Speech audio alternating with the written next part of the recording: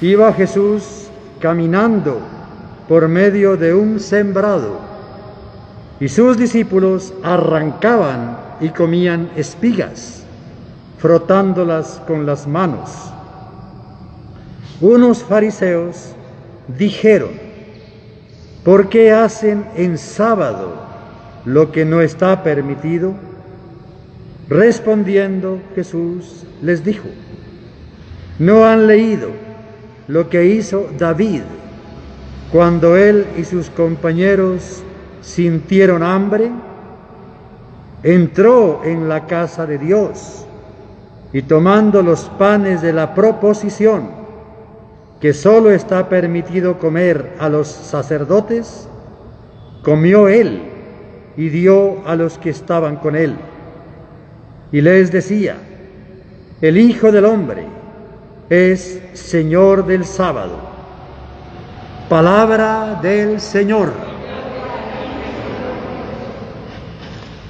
Seguimos a la escucha de esta palabra formadora del Maestro, una formación extraordinaria, exclusiva, dedicada de una manera muy especial a sus discípulos inmediatos, para que, aprendiendo ellos esta manera de ser y de comportarse, puedan enseñar a la comunidad cuando Él los envíe. En el fondo, está aprovechando los reclamos, las críticas, la controversia que le forman los adversarios para hacernos descubrir el sentido verdadero de la ley. Porque a la ley se refieren los reclamos de los fariseos. ¿Por qué hacen lo que no está permitido el sábado? A propósito de que, atravesando un sembrado, los discípulos arrancaban espigas y se las comían. ¿Acaso no hemos hecho muchas veces nosotros, no por tener hambre, no por no haber comido, atravesando un sembrado de trigo maduro, no nos da por arrancar espigas y masticar los granos? ¿Qué tiene de extraordinario esa acción? Pero, con tal de criticarlo, porque no tienen cómo reclamarle conducta negativa a él, ni siquiera a los discípulos, porque con ese gesto, con esa acción, ellos no están violando el sábado y la ley, y sin embargo le reclaman. Entonces, ¿qué es la ley para ellos? Es un conjunto de preceptos externos que no comprometen el interior de la vida. Calumniar sí está permitido el sábado. Destruir con el chisme hogares sí está permitido el sábado. Rechazar a las personas por cualquiera de sus condiciones sí está permitido el sábado. De eso no se preocupan. Y la ley tiene que ir a eso. La ley no va a unas prácticas externas para identificar al creyente. La ley va a una conducta para identificar a un creyente. ¿Qué dirán ellos de la justicia si van juzgando sin más ni más? ¿No será mejor que antes de juzgar traten al menos de averiguar las causas por las cuales una persona hace determinada acción? Y conociendo las causas ya se podrá tener elementos de juicio para juzgar y sobre todo para tomar decisiones.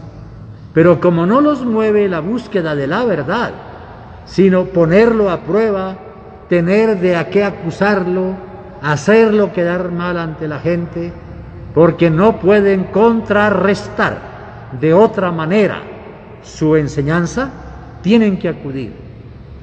Y por eso tienen que recibir esa palabra seria, comprometedora, pero formadora del Señor. No solamente formadora para los discípulos, sino para ellos, para los fariseos.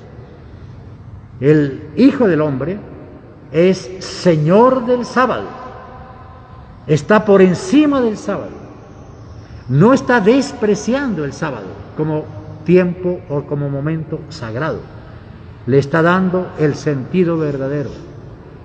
¿Por qué critican tanto? ¿Por qué no se alegran de la presencia del Hijo de Dios? ¿Por qué no celebran el hecho de que la promesa del Antiguo Testamento se ha cumplido? Cambia la realidad. No significa que ahora la vida es fácil. Es difícil y quizás más difícil que en el Antiguo Testamento. ¿Por qué? Porque es más comprometida. Porque si la justicia de ustedes, es decir, si la conducta de ustedes no es mejor que la de los escribas y fariseos, no pueden entrar en el reino de los cielos, porque ustedes tienen que ser perfectos.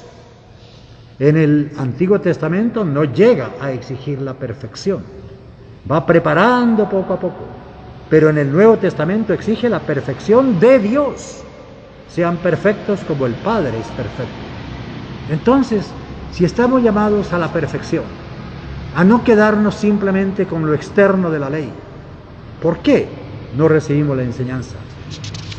San Pablo, en la primera etapa de su vida, equivocado, cuando creía que el cumplimiento externo de la ley era lo que lo salvaba, y por eso procuraba aventajar a sus compañeros en el cumplimiento de la ley, cuando descubrió que estaba equivocado, que no se trata no de despreciar la ley, sino de descubrir el sentido verdadero.